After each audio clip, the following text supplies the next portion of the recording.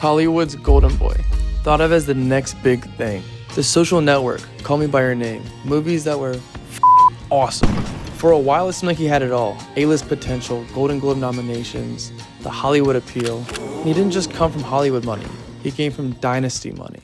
But in the last few years, he's been linked to everything but movies. Stuff that I can't even say out loud, but we're gonna dive into it anyways and explore what the happened to Armie Hammer. Armie Hammer wasn't just a struggling actor trying to make it. He was actually a really prominent figure born into a lot of money because his great-grandfather was Armie Hammer, an extremely lucrative business tycoon. When Armie Hammer died, his fortune was worth $800 million. So Armie Hammer was born into old money at its finest. Armie Hammer got his first big break in The Social Network, where he played the Winklevoss twins, who in the movie were destroyed by Mark Zuckerberg. From there, his career skyrocketed. He starred in J. Edgar with Leonardo DiCaprio, The Lone Ranger, and of course, Call Me By Your Name with Timothée Chalamet. And that last one was huge. He was nominated for a Golden Globe, and I think that was his first chance at being an A-list star. Until, well, everything changed. Okay, so imagine you wake up one day and you see on Twitter that Armie Hammer is trending.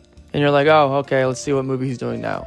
Well, you'd be a little bit surprised to see what he was doing now. So Armie Hammer was accused of being a cannibal. Yeah, there were screenshots circulating of Armie Hammer's interest in drinking blood, eat people, and overall domination of a very violent nature. Here's a real quote that was posted onto Twitter at one point. And most people figured it was fake until there were more people who came out.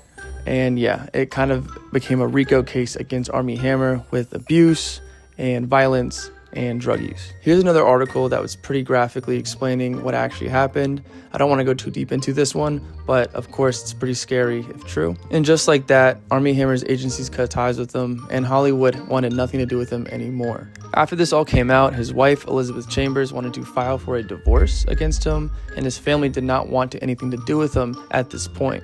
Armie Hammer went from being an Oscar-nominated actor to being interrogated by the LAPD. And the worst part about this entire thing is that his fortune from his family actually was gone, apparently. There's a couple articles talking about how he was living in a tiny apartment and kind of let everything go.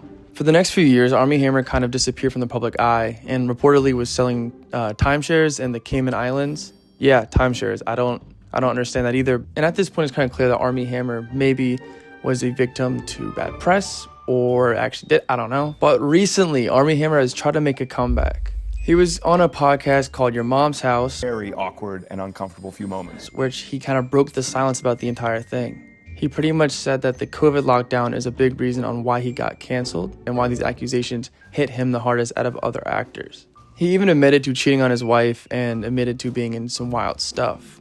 His unapologetic attitude towards the entire thing is a little bizarre, considering how serious these accusations were.